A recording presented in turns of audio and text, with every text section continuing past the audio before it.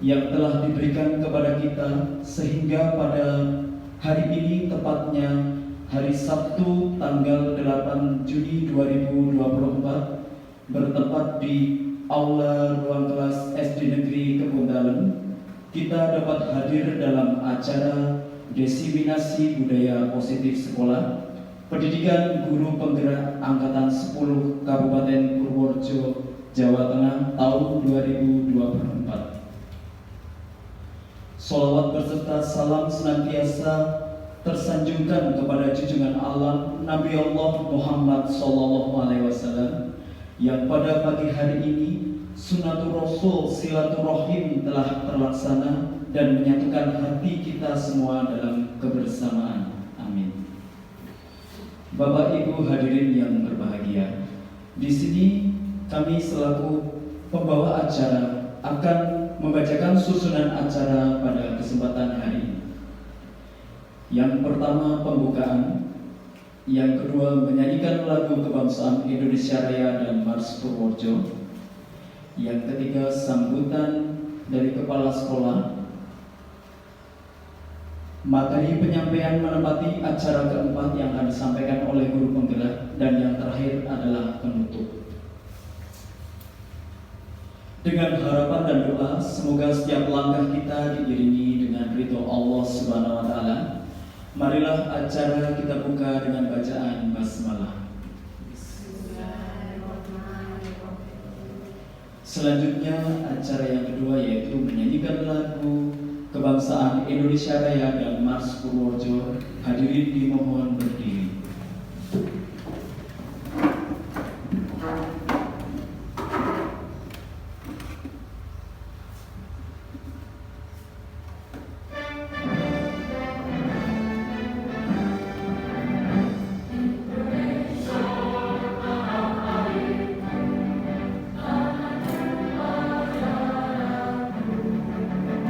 Di sana aku berdiri, jadi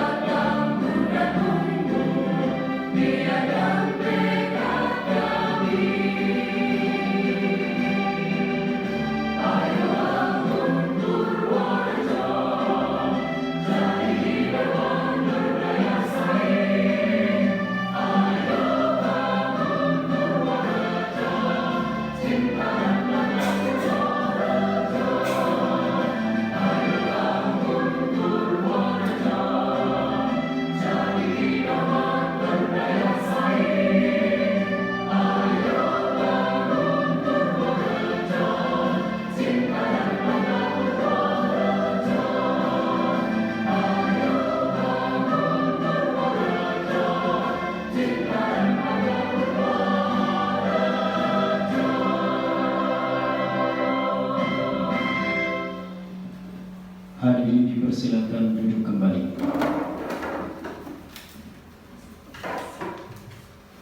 Untuk acara selanjutnya, sambutan dari Kepala Sekolah kepada Ibu Francisca Kusyuniarti SPDSD dipersilakan.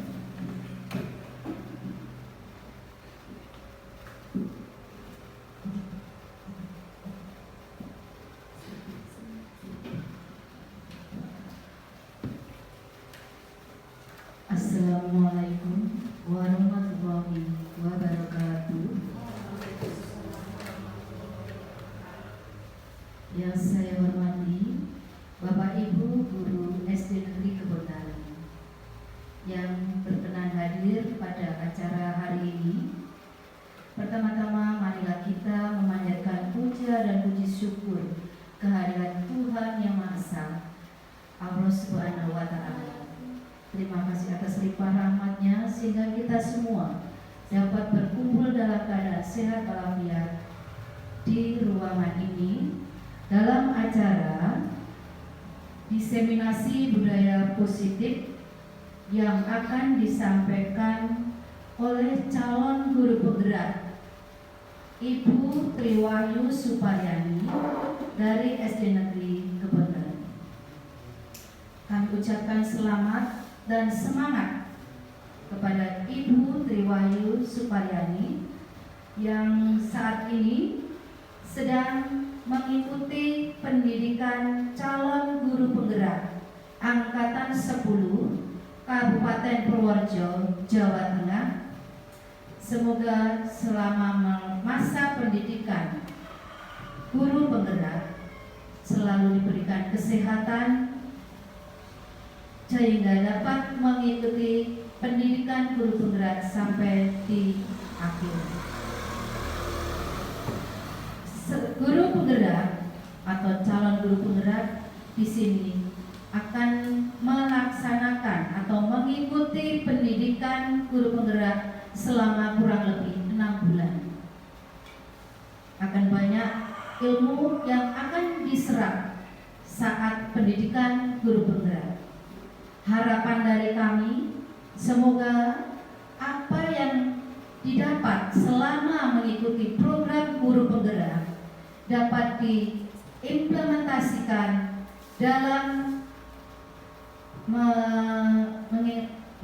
mengikuti atau dalam menjalankan tugas sehari-hari sebagai seorang guru.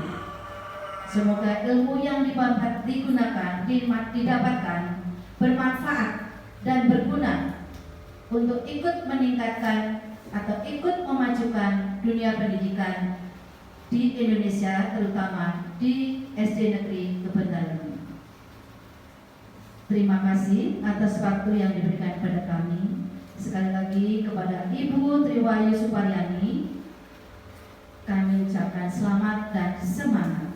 Semoga selesai dalam keadaan yang baik, sehat, dan dapat menerapkan ilmunya secepatnya. Terima kasih. Wassalamualaikum warahmatullahi wabarakatuh. Demikian tadi sambutan dari Ibu Kepala Sekolah SD Negeri Kebondalan kepada Ibu Francisca Kusyuniarti SPDSD disampaikan terima kasih. Tibalah ke inti acara penyampaian materi diseminasi budaya positif sekolah pendidikan guru penggerak Angkatan 10 Kabupaten Purworejo tahun 2024 kepada Ibu Triwahyu Suparyani SPDSD dipersilakan.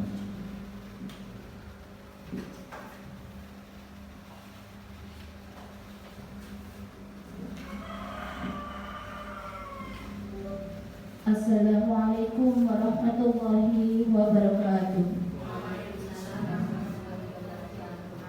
Alhamdulillahirabbil alamin wa bihi nasta'inu ala umuri dunya waddin wassalatu wassalamu ala asrofil anbiya'i wal mursalin wa ala alihi wa ashabihi ajma'in.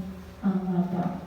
Rabbi shrah li sadri wa yassir li amri wahlul 'uqdatam min lisani yafqahu qawli. Amin. Yang terhormat Ibu Kepala Sekolah SD Negeri Kebun Dalam, Ibu Francisca Kusyuniarti SPDST, serta Bapak Ibu Guru SD Negeri Kebun Dalam Kecamatan Kutoarjo yang berbahagia. Pertama, marilah kita panjatkan puja dan puji syukur atas kehadirat Allah Subhanahu wa Ta'ala yang telah memberikan rahmat dan hidayahnya kepada kita, sehingga hari ini, hari Sabtu, tanggal 8 Juni 2024, kita dapat berkumpul di ruang kelas SD Negeri Kebun dalam acara Desiminasi Budaya Positif Sekolah Pendidikan Guru Penggerak Angkatan 10 Kabupaten Purworejo tahun 2024. Salawat dan salam marilah kita curahkan kepada Nabi Agung Muhammad Sallallahu Alaihi Wasallam yang telah membawa kita dari zaman jahiliyah menuju zaman terang benderang ini. Semoga kita akan tergolong kaum beliau yang akan mendapat syafaatnya di yaumul qiyamah. Allahumma amin. Yang pertama, saya ucapkan terima kasih kepada Ibu serta Bapak Ibu Guru SD Negeri Kebun Dalam atas kesediaannya memenuhi undangan saya untuk mengikuti desiminasi pemahaman budaya positif. Saya ucapkan terima kasih sekali yang telah meluangkan waktunya. Kemudian Nyun Sewu, ini desiminasinya kita buat jangan sepaneng gitu. Monggo sambil kita cari ilmunya yang terdapat di dalamnya. Semoga nantinya kita akan mendapatkan ilmu dan bisa menerapkannya untuk kemajuan di SD kita tercinta ini. Untuk awalan sebelumnya saya buka dulu dengan tepuk semangat agar pembelajaran desiminasi kali ini dapat berjalan dengan cukup semangat, santai tapi tetap bermakna. Siap nggih Pak Ibu Guru semuanya? Ya sewu ya. Tepuk semangat. Semangat. Semangat. Iya, terima kasih sekali. Semoga dengan tepuk semangat itu memang benar-benar akan membuat kita semangat dalam menerima perubahan, tentunya perubahan yang positif di dunia pendidikan. Nyun Sewu, saya izin berdiri di sini untuk memberikan pemaparan sedikit, yaitu tentang desiminasi pemahaman dan pengalaman penerapan budaya positif yang terkait dengan program guru penggerak yang baik yang sudah saya lakukan ataupun nantinya akan kita lakukan bersama. Semoga kita diberi kemudahan. Langsung saja Bu. Adapun yang akan kita pelajari dalam desiminasi kali ini itu ada 9 hal, yaitu terkait konsep intinya, yaitu yang pertama tentang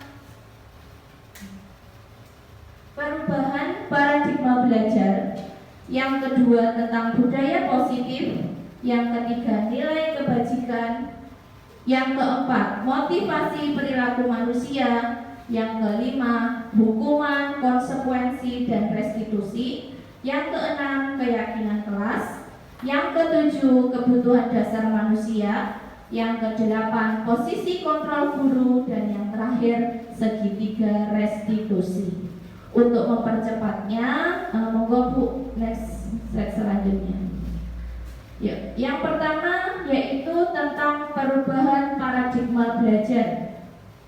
Adapun dengan desiminasi ini diharapkan nanti kita akan melakukan sebuah paradigma belajar, yaitu pembelajaran yang mungkin tadinya kita belum berpihak pada murid, diharapkan kita dapat menyajikan pembelajaran yang berpihak pada murid. Perubahan paradigma belajar dini dimaksudkan merupakan pembelajaran yang dirancang berdasarkan prinsip pembelajaran berdiferensiasi, sehingga para peserta didik sesuai kebutuhannya berdasarkan tahap perkembangan sesuai teori psikologi modern untuk mewujudkan profil pelajar Pancasila. Di sini dimaksud kita itu diharapkan untuk memberikan pembelajaran secara berdiferensiasi. Berdiferensiasi dimaksud adalah pembelajaran yang berdasarkan kebutuhan serta kemampuan peserta didik. Adapun profil pelajar Pancasila, yaitu yang pertama beriman dan bertakwa kepada Tuhan Yang Maha Esa dan berakhlak mulia. Yang kedua, berbinekaan global. Ketiga, bergotong royong. Keempat, kreatif. Kelima, bernalar kritis. Dan yang keenam, mandiri. Next. Selanjutnya, konsep inti yang kedua, yaitu tentang disiplin positif. Ini yang akan kita pelajari bersama, bagaimana nanti kita sedapat mungkin untuk menerapkannya. Disiplin berasal dari bahasa Latin disiplina yang artinya belajar. Disiplin mengacu pada disiplin diri, yaitu bertanggung jawab terhadap apa yang dilakukan berdasarkan nilai yang diyakini. Disiplin positif merupakan salah satu penerapan disiplin yang bertujuan untuk menumbuhkan kesadaran serta memberdayakan peserta didik tanpa imbalan penghargaan, ancaman, ataupun hukuman. Sebagai pendidik, tujuan kita adalah menciptakan peserta didik yang memiliki disiplin diri, sehingga mereka dapat berperilaku dengan mengacu pada nilai-nilai baik yang kita yakini bersama. Jadi maksud dari sini adalah kita harus bisa menerapkan disiplin positif itu, disiplin yang memang tumbuh dari kesadaran siswa itu sendiri, bukan karena adanya pengaruh karena imbalan atau ada penghargaan atau karena adanya hukuman. Jadi di sini disiplin yang dimaksud adalah disiplin yang berasal dari diri sendiri. Next book. Untuk konsep inti yang ketiga, yaitu nilai-nilai kebajikan. Pengertian dari nilai-nilai kebajikan itu adalah sifat-sifat positif manusia yang merupakan tujuan mulia yang ingin dicapai setiap individu. Jadi dikandung maksud nilai positif apa ya yang akan kita terapkan dalam siswa tersebut. Berdasarkan profil pelajar Pancasila tadi sudah saya sebutkan, nilai positifnya ada 6. Kemudian ada beberapa versi lain. Contohnya dari Ibu Promariers, ini ada macam-macam. Yuk lanjut Bu. Selanjutnya tadi terkait dengan disiplin positif. Disiplin positif itu diharapkan kita itu bisa memancing siswa agar memiliki disiplin diri. Disiplin diri itu terkait dengan motivasi. Nah, motivasi perilaku manusia ada 2, yaitu yang pertama motivasi ekstrinsik, yang kedua intrinsik. Motivasi ekstrinsik dari kata-katanya kita sudah tahu, jelas dari X, dari luar. Nah, itu dapat berupa karena untuk menghindari ketidaknyamanan atau hukuman. Jadi anak itu melakukan disiplin karena takut dihukum gitu. Kemudian yang kedua, untuk mendapatkan imbalan atau penghargaan dari orang lain. Ini masih sama terkait. Oh, aku biar dapat penghargaan, aku biar dipuji, aku biar dikasih hadiah. Nah, makanya melakukan disiplin. Kemudian kalau motivasi intrinsik itu berasal dari dalam diri kita, dari diri anak. yaitu tujuannya untuk menjadi orang yang mereka inginkan dan menghargai diri sendiri dengan nilai-nilai yang mereka percaya. Jadi harapan dari diseminasi ini nantinya kita akan bisa menerapkan, mewujudkan atau menciptakan anak yang mempunyai disiplin positif yang berasal dari motivasi sendiri. Jadi bukan karena hukuman, bukan karena penghargaan, atau bukan karena ancaman dan lain-lain. Lanjut. Kemudian konsep inti yang kelima, yaitu tentang hukuman, konsekuensi, dan restitusi.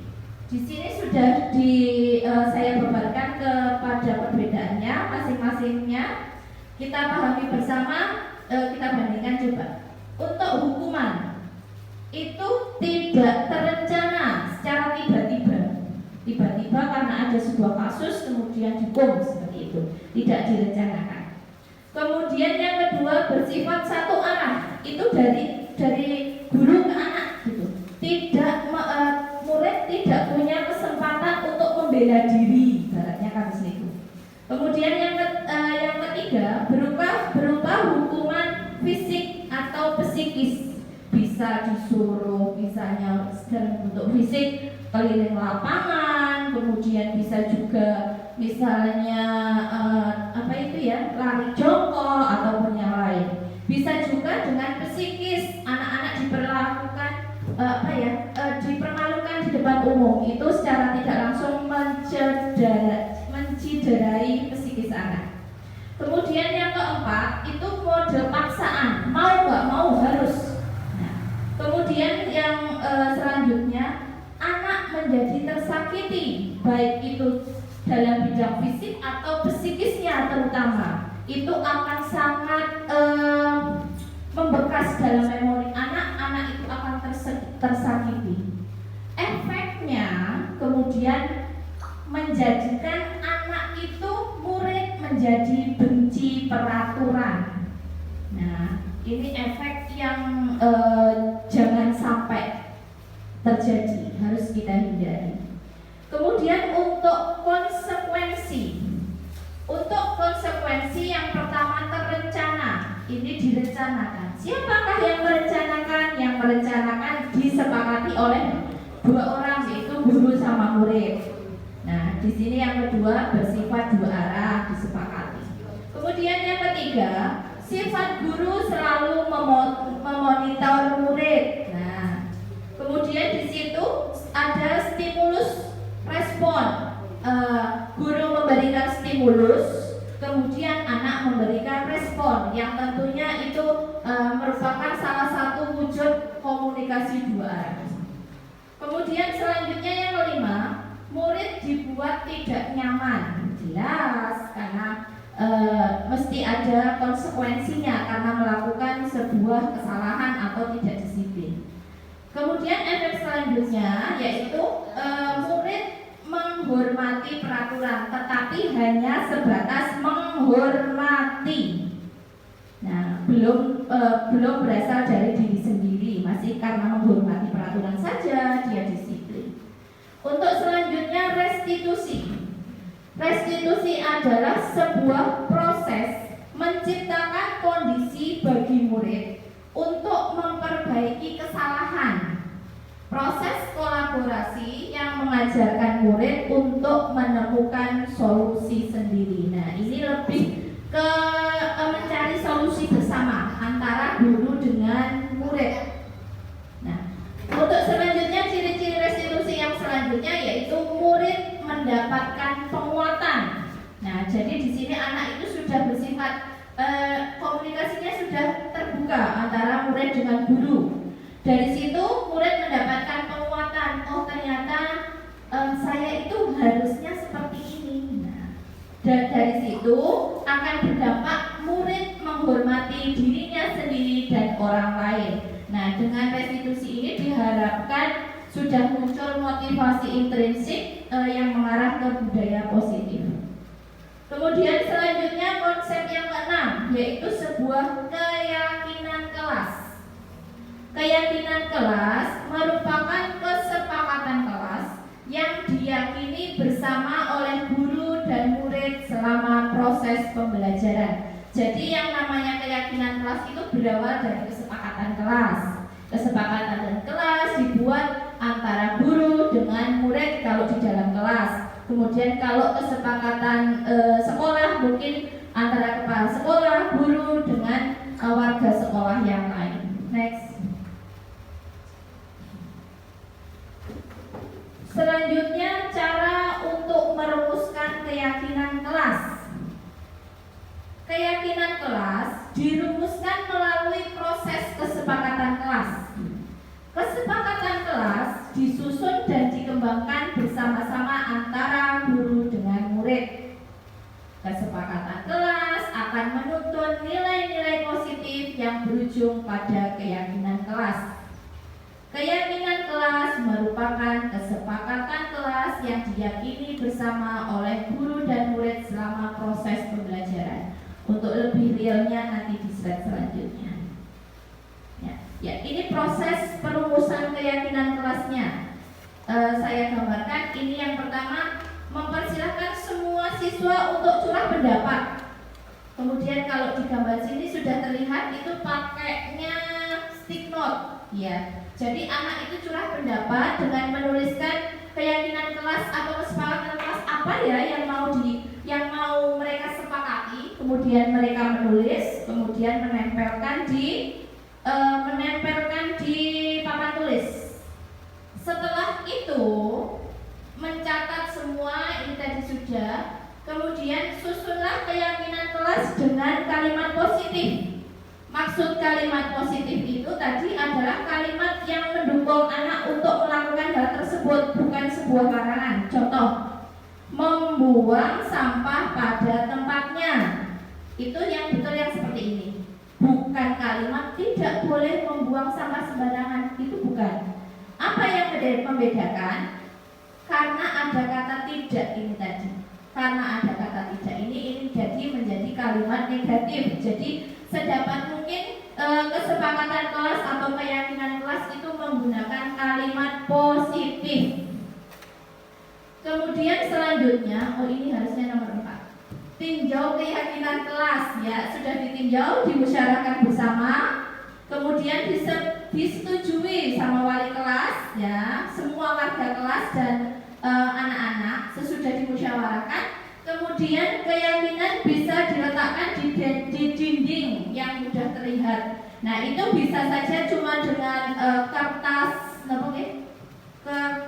asturo, kemudian tadi stick note anak ditempelkan bisa. Atau kalau biar lebih ciamik lagi, karena kita punya fasilitas yang bagus, kita manfaatkan Canva ataupun yang lain untuk membuat poster. Kemudian poster ini ditempelkan. Selanjutnya Bu. Nah ini contoh keyakinan kelas kami. Saya ambil 1 atau 2, yaitu kita bersikap baik dan jujur. Di sini tidak ada kata tidak. Nah ini kalimat positif. Ini juga tadi menjaga kebersihan kelas juga positif. Selanjutnya lanjut. Ya, jadi apakah itu keyakinan kelas? Nah, membangun keyakinan kelas merupakan salah satu disiplin positif yang kita terapkan untuk membangun budaya positif di sekolah. Dengan adanya keyakinan di setiap kelas, diharapkan dapat mewujudkan tujuan kelas yang mandiri guna menunjang pendidikan yang berorientasi pada profil pelajar Pancasila. Jadi keyakinan kelas itu berawal dari kesepakatan kelas. Kesepakatan kelas sudah didapat, jadi keyakinan kelas. Nah, dari keyakinan kelas itu merupakan sebuah akar, salah satu akar supaya budaya positif sekolah itu bisa kita wujudkan. Nah, selanjutnya kalau sudah terjadi budaya positif di sekolah sudah bagus, nah itu jelas akan menunjang pendidikan yang berorientasi pada profil pelajar Pancasila. Ya, kurang 3 lagi. Ya. Selanjutnya masih semangat? Masih semangat ya? Ya, kurang 3 lagi. Ya. Oke, yang ke-7 yaitu kebutuhan dasar manusia. Jelas ya, yang namanya kita hidup itu carinya itu supaya kebutuhan kita itu dapat kita melakukan usaha terbaik juga semuanya agar usaha kita kebutuhan kita itu dapat terpenuhi dengan baik. Next. 5 dasar kebutuhan manusia. Dapat kita lihat yang pertama bertahan hidup itu jelas kita butuh makan, pakaian, tempat tinggal, keamanan dan kesehatan. Kemudian yang kedua yaitu kita butuh kasih sayang dan rasa terima kasih. Nah, yaitu rasa diterima, dipedulikan, berbagi, kerjasama dan lain-lain. Jadi di sini kalau kita menerapkan sebagai siswa kok ternyata kita itu dalam sebuah situasi kok kita tidak diterima, dalam artian kok kayaknya kancang-kancangnya kok cuma teman karo aku. Nah, itu bagaimana yang kita rasakan Ibu? Tidak nyaman gitu. Nah, ini salah satu. Oh, ternyata manusia itu butuh kasih sayang dan terima kasih.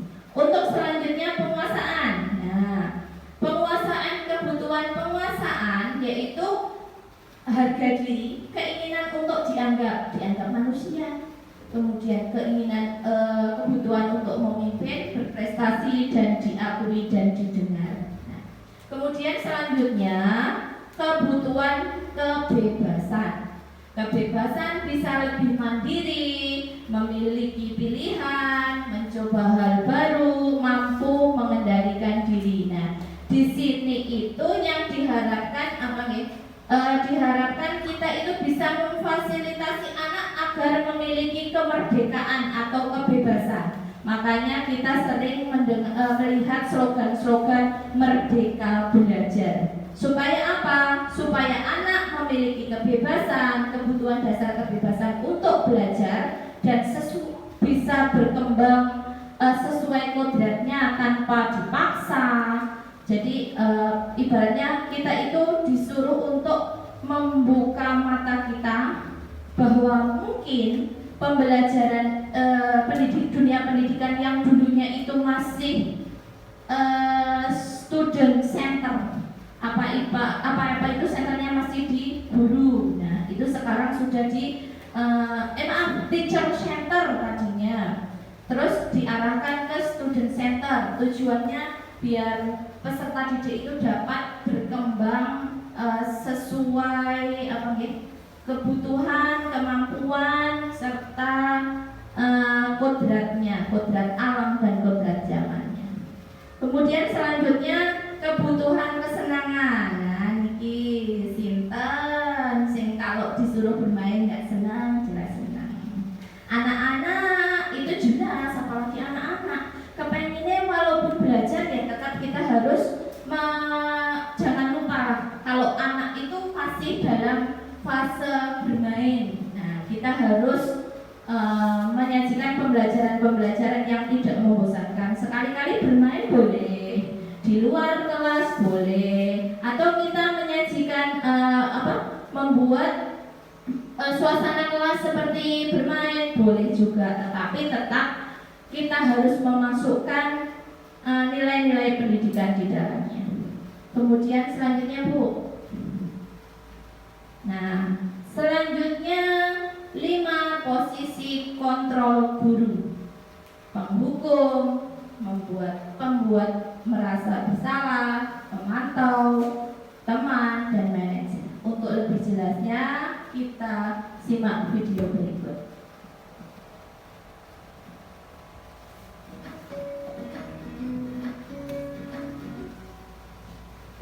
Salam bahagia Ibu dan Bapak Guru hebat. Dalam penerapan disiplin positif restitusi, salah satu program yang disematkan adalah 5 posisi kontrol. 5 posisi kontrol dalam restitusi adalah proses perjalanan seorang pendidik agar dapat mengenali dirinya. Pada video kali ini, kita akan membahas tentang 5 posisi kontrol yang diberikan oleh Dayan Dosen dan contoh penerapannya.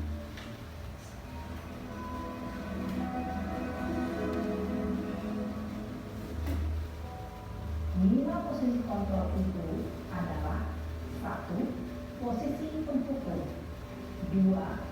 Posisi pembuat merasa bersalah, 3. Posisi teman. 4. Posisi pemantau atau monitor. Dan 5. Posisi manajer. Untuk lebih memahami kelima posisi tersebut, mari kita saksikan kasus Naren yang terlambat hadir 20 menit di sekolah dan melihat bagaimana kelima posisi kontrol dalam menghadapi masalah tersebut.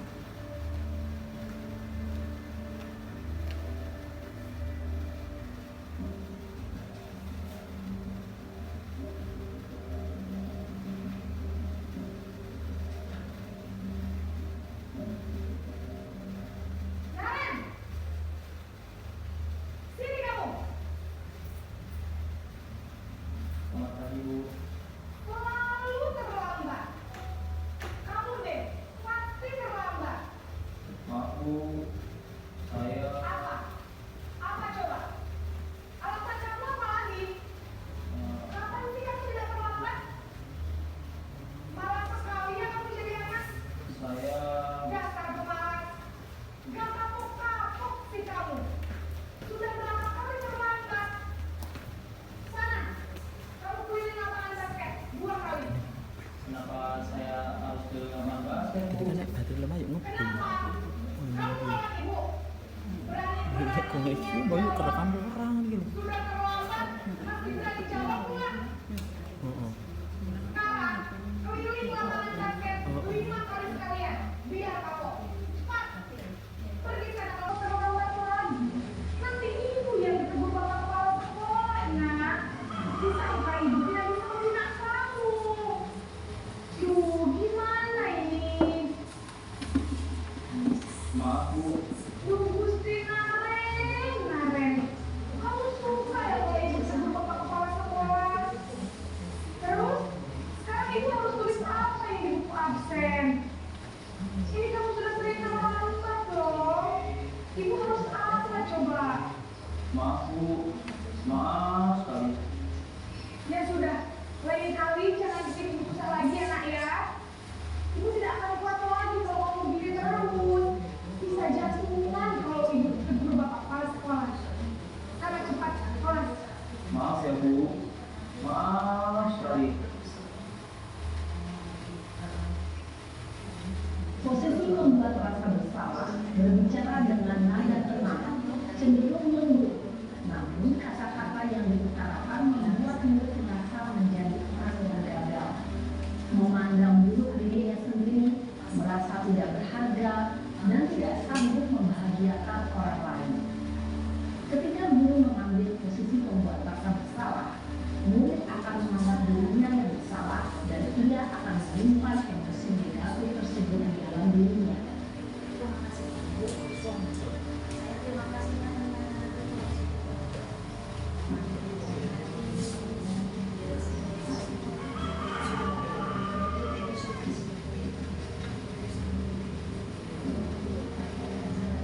Naren!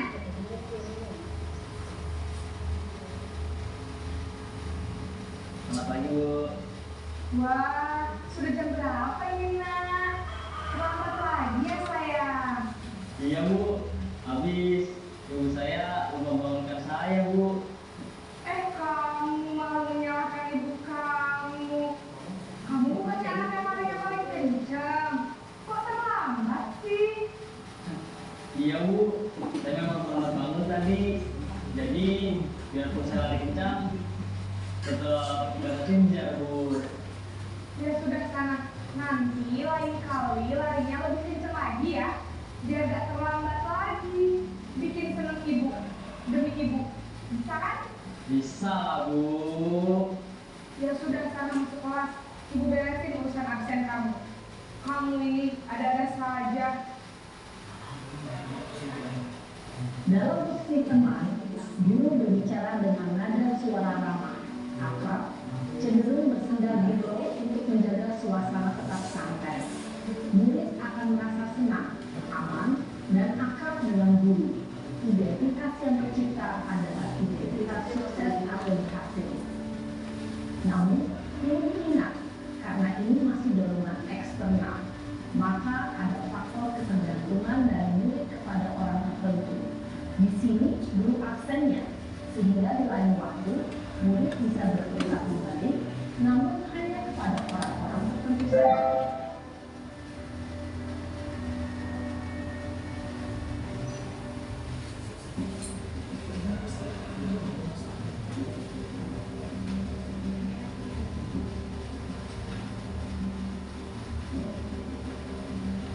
Naren,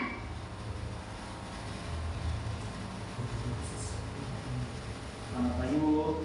Naren, apa peraturan sekolah kita tentang jam berapa kita harus masuk sekolah, Nak? Kita harus di sekolah jam 7, Bu. Iya betul, sekarang sudah jam 7.20. Naren sudah tahu konsekuensinya jika terlambat hadir. Paham, Bu. Saya harus tinggal kelas pas jam istirahat selama 20 menit. Iya benar, konsekuensinya demikian. Jadi nanti jam 9.30 pas istirahat, kamu harus tinggal di kelas, kerjakan tugas tambahan untuk ketertinggalan kamu, ya? Baik, Bu. Posisi pemantau mengandalkan penghitungan atau data untuk mengontrol murid. Guru mengarahkan murid berdasarkan peraturan dan konsekuensi. Seorang pemantau menunjukkan bahasa tubuh dan ekspresi wajah yang nyata dan cenderung formal.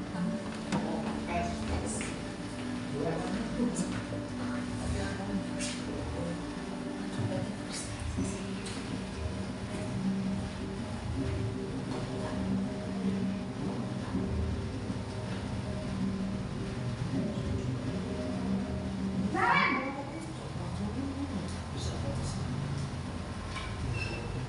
Selamat pagi, Bu. Selamat pagi, Naren. Maaf, Bu. Saya terlambat. Iya, sekolah masuknya jam 7, sekarang sudah jam 7.20. Jadi sekarang bagaimana ini, Naren? Maaf, Bu. Saya lupa alarm saya semalam. Baiklah, menurut kamu, keyakinan sekolah yang mana yang perlu kamu tingkatkan? Menghargai diri sendiri dan orang lain mungkin, ya, Bu. Setuju. Jadi, apakah Naren meyakini prinsip saling menghormati tersebut? Iya, Bu. Saya meyakininya. Apakah Naren bersedia memperbaiki masalah keterlambatan ini? Bersedia, Bu. Bagaimana kamu akan perbaiki masalah keterlambatan ini? Saya akan coba untuk tidak lupa menyetel alarm saya, Bu. Baik, kalau Naren komputer alarm di rumah, ada orang yang kira-kira bisa bantu mengingatkan tidak? Ada, Bu. Kakak saya, Kak Emma. Ada lagi selain Kak Emma? Selain Kak Emma, ada ibu saya. Baik, jadi yang mengingatkan Naren adalah Kak Emma dan Ibu ya. Kira-kira akan mulai start alarm kapan, Naren? Setelah pulang sekolah, akan segera saya lakukan. Baik, jadi Naren akan setel alarm untuk bangun besok pagi dan akan diingatkan oleh kakak dan ibunda Naren. Ada lagi yang mungkin saya lakukan, Naren, agar tidak terlambat bangun lagi. Tidak ada, Bu. Baik, Naren, terima kasih untuk bersama kamu. Sekarang kamu perlu kembali ke kelas untuk belajar. Baik, Bu. Terima kasih. Posisi manajer adalah posisi kontrol yang disarankan untuk membimbing murid memiliki sikap disiplin yang positif, yaitu murid yang mandiri, bertanggung jawab, dan dapat memecahkan masalah. Tujuan dari posisi ini adalah agar murid dapat berefleksi atas tindakannya. Guru akan dengan tulus memberikan pertanyaan-pertanyaan bermakna, sehingga membuat murid dapat belajar dari kesalahannya dan mencari sebuah solusi untuk menyelesaikannya. Ibu dan bapak guru hebat, setelah mengamati adegan kelima posisi kontrol tadi, kira-kira posisi mana yang paling ideal? Posisi mana yang dapat menunjang motivasi intrinsik murid? Ya, tentu posisi manajer. Posisi ini memang posisi ideal dan ingin dituju setiap pendidik. Pada posisi inilah, guru dapat menerapkan disiplin positif yang berpihak pada murid, yang memerdekakan murid. Perjalanan seorang pendidik tentunya tidak mudah untuk sampai pada posisi seorang manajer. Namun, tujuan kita pasti, yaitu menciptakan murid-murid yang mandiri, merdeka, dan bertanggung jawab. Semoga penggambaran 5 posisi kontrol yang telah diperlihatkan ini dapat menjadi ajang refleksi bagi kita semua agar dapat terus mengasah dan menerapkan disiplin positif yang memerdekakan murid. Mari terus berlatih dan bersemangat. Selamat menerapkan. Salam dan bahagia Ibu dan Bapak Guru hebat.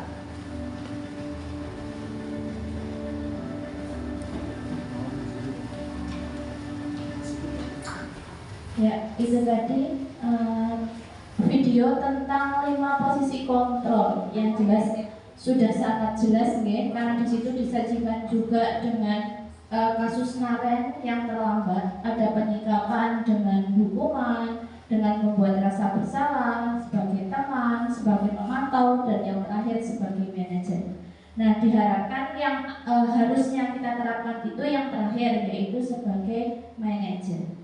Untuk konsep inti budaya positif yang terakhir yaitu segitiga restitusi. Segitiga restitusi adalah suatu proses dialog yang dijalankan antara guru dengan orang tua.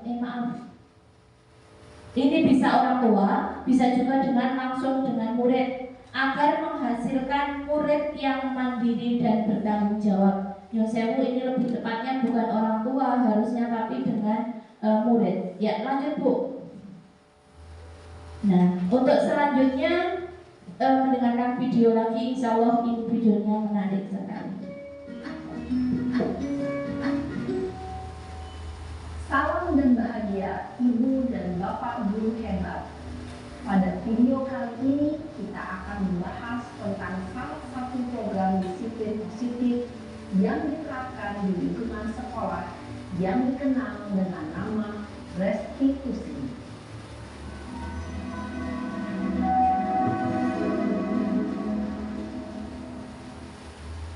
Restitusi dikembangkan oleh pakar pendidikan dari Boston, berlandaskan pada teori kontrol Dr. William Blaser. Segitiga restitusi adalah suatu proses dialog yang dijalankan oleh guru atau orang tua agar dapat menghasilkan murid yang mandiri dan bertanggung jawab. Pada saat guru di posisi manajer, aspek yang dikembangkan pada murid adalah motivasi intrinsik, sehingga penanaman nilai-nilai kebaikan dapat tumbuh dan berkembang menjadi suatu kebiasaan positif yang akhirnya membentuk karakter murid. Proses dialog ini terdiri dari 3 langkah yang digambarkan pada ketiga sisi pada segitiga restitusi.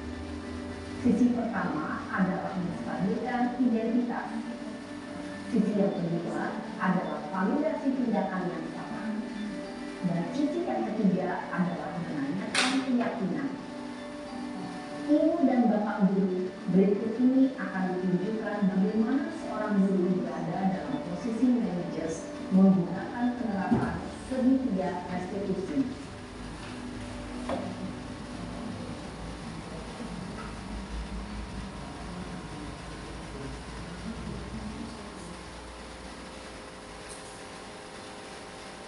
Yang cara. Ya Pak. Sudah lama nggak bicara. Kenapa hari ada di sini? Kesel Pak, kesel banget. Masa aku dikatain tukang fitnah Pak? Ya aku marah lah. Aku balik ngatain mereka di depan kelas. Kesel banget. Oh begitu. Ya pasti kamu marah dan kesal. Bapak juga akan marah apabila ada yang menuduh Bapak seperti itu. Kemudian pada saat itu kamu mau melakukan apa? Ya saya langsung ngatain mereka lah Pak. Kesel banget. Saya bentak-bentak dia di depan teman-teman lain. Oh begitu. Pasti kamu melakukan seperti itu karena suatu alasan tertentu kan? Iyalah, masa saya diam saja Pak. Ya saya bela diri lah. Masa saya dituduh tukang fitnah? Ya wajar lah. Mempertahankan harga diri itu sesuatu yang penting buat kamu. Untung kamu tidak bertindak lebih gegabah lagi. Hanya membentak-bentak. Iya Pak. Untung saya masih bersabar dan hanya membentak saja. Sudah gemes padahal. Saya pasti bela diri lah Pak. Iya pasti ya. Tapi kamu memilih untuk tetap bertahan dan bersabar. Kamu memilih untuk tidak berbuat lebih parah lagi kan? Iya. Nah, sekarang coba kita lihat lagi tindakan kamu yang bentak-bentak Eka di kelas. Tindakan kamu itu kira-kira sesuai dengan keyakinan kelas atau prinsip kamu tidak? Enggak lah Pak, capek Pak di rumah. Jadi keyakinan atau prinsip mana yang kurang sesuai dengan keinginan kamu? Ya, saya sebenarnya sangat menghargai orang lain. Mungkin saat itu saya menjadi emosi, jadi tidak menginginkan sikap itu. Kamu meyakini tidak? Menghargai orang lain itu penting buat kamu. Yakinlah Pak. Iya, setuju. Kita harus saling menghargai. Namun, ada juga keyakinan yang kita sepakati yang perlu kita jalankan apabila kita sedang marah, kan? Ya, saya bisa lebih proaktif, mulai dengan diri sendiri. Saya bisa jadi lebih sabar, mengambil waktu jeda untuk berpikir mau apa selanjutnya. Kira-kira kamu bersedia memperbaiki masalah ini tidak? Sedia Pak. Kalau kamu memperbaiki masalah ini, kamu akan menjadi orang seperti apa? Saya akan menjadi orang yang bertanggung jawab kali ya Pak. Dan menjadi proaktif. Iya, menurut kamu bagaimana rasanya menjadi orang seperti itu? Ya nyaman lah, bangga bisa bersabar dan menahan diri. Baiklah kalau begitu. Yuk kita pikirkan bagaimana memperbaiki masalah ini.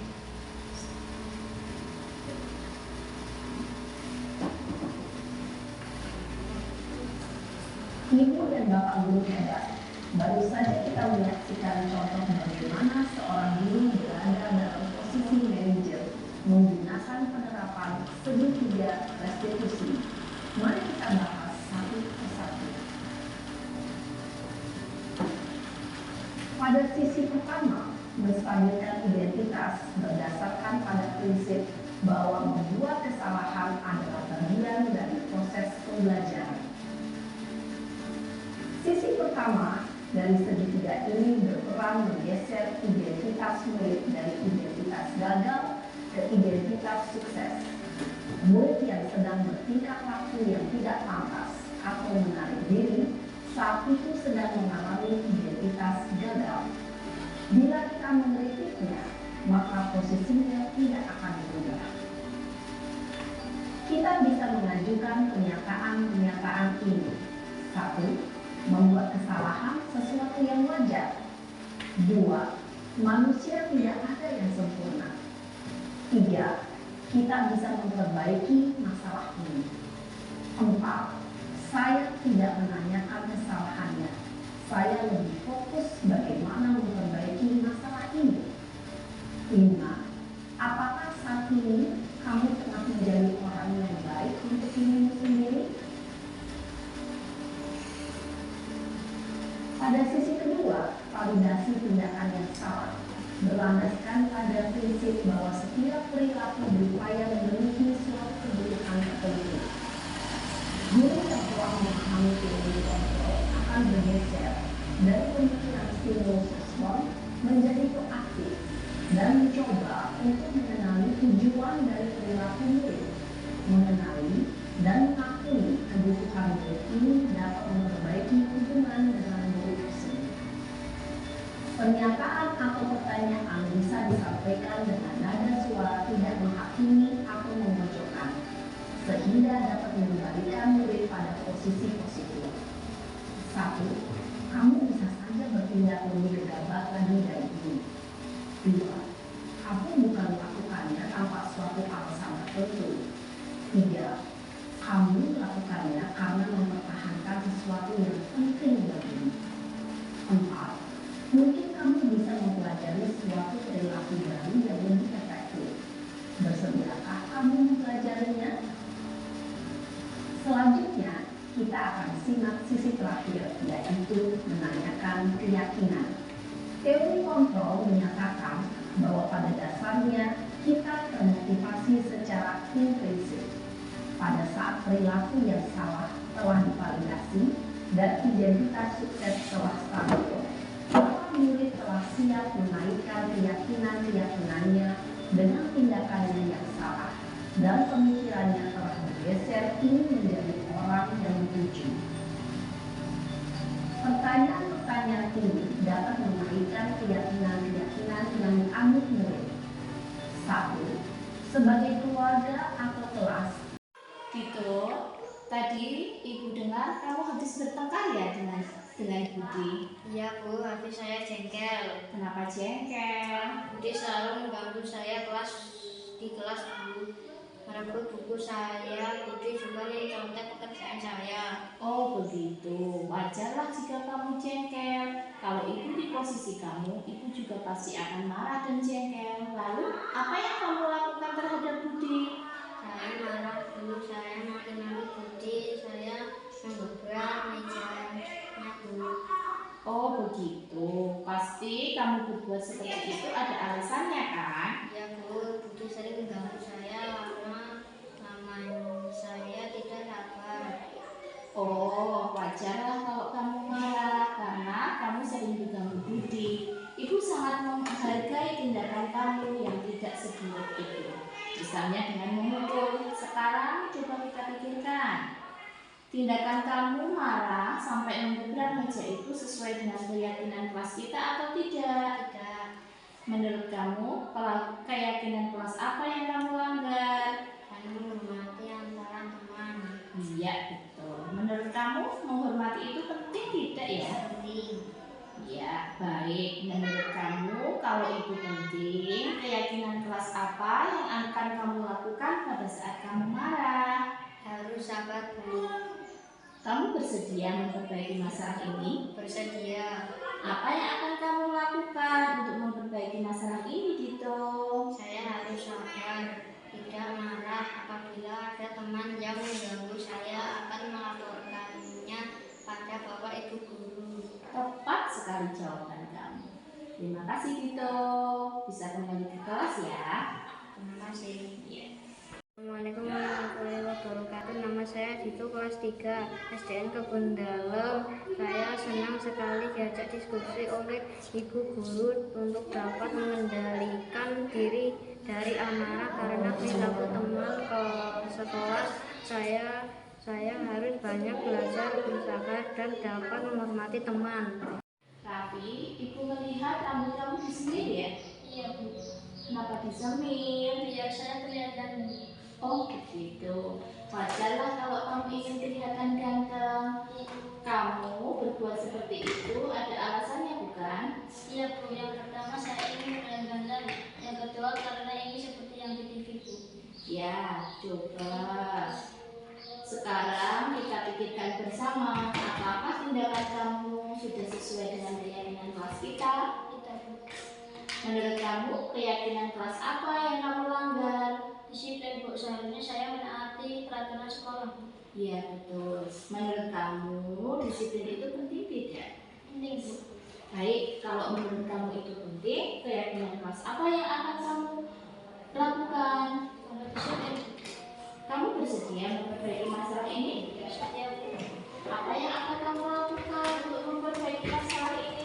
saya harus berdisiplin dan menaati peraturan sekolah. Saya akan memotong rambut yang sudah saya semir dan tidak akan menyemirnya lagi. Iya, tepat sekali tindakan kamu, Raffi. Terima kasih ya, tetap semangat, benar-benar di kelas. Assalamualaikum warahmatullahi wabarakatuh. Nama saya Raffi, saya kelas 3 SDN Kebun Dalem. Saya senang sekali diajak diskusi oleh Ibu Guru untuk dapat disiplin menaati peraturan sekolah.